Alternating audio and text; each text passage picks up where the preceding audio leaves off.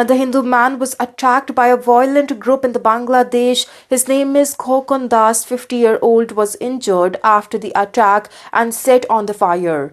The incident took place on the December 31st in the Shahryarpur district of the country and is the latest in the series of the attack on the minorities in the Bangladesh. The victim was allegedly on his way home when he was stabbed in the lower abdomen by a mob, beaten up again and set ablaze after being doused with petrol. He only survived because he managed to jump into a nearby pond, as per the media reports and Millennium sources. Also, Das' wife said that he was attacked when he was coming back home after closing his medical shop. The perpetrator stabbed him, hit him on the head, and set him on the fire. I don't know who did this. We need justice. My husband is a simple man. He did not harm anyone. He did not hurt anyone, she added.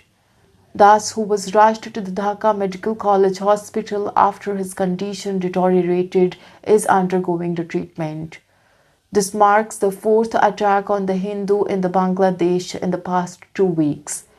It is tragic incidents going on in the Bangladesh, let me tell you. On the December 24th, another Hindu youth identifies as 25 and 24-year-old, that is Amrit Mondal, was also allegedly lynched by a mob in the Hossain Danga area of the Kali Mohar Union in the Bangladesh.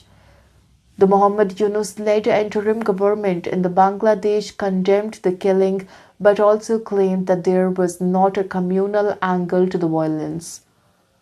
The Muhammad Yunus-led interim government condemned the killing but said that there was no communal angle involved and said that the violent situation stemmed from the extortion and criminal activities.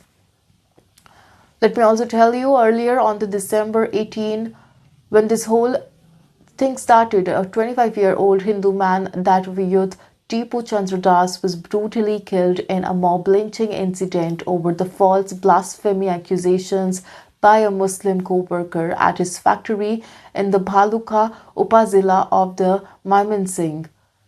The mob killed Das and then hung his body from a tree before setting it on fire.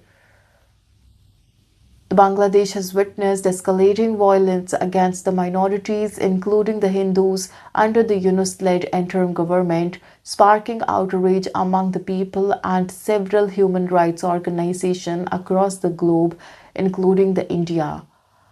Last week, India has voiced grave concerns over the unremitting hostility against minorities in the Bangladesh, including the Hindus, the Christians and the Buddhists, and asserted that it is keeping a very close watch on the ongoing developments in its neighborhood.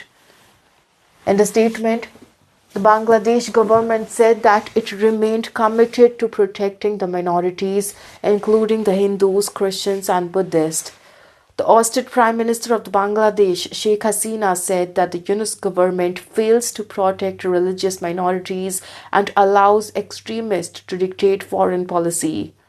This hostility is being manufactured by extremists who have been emboldened with the Yunus government, Yunus regime. They also are same actors who marched on the Indian embassy and attacked our India media houses.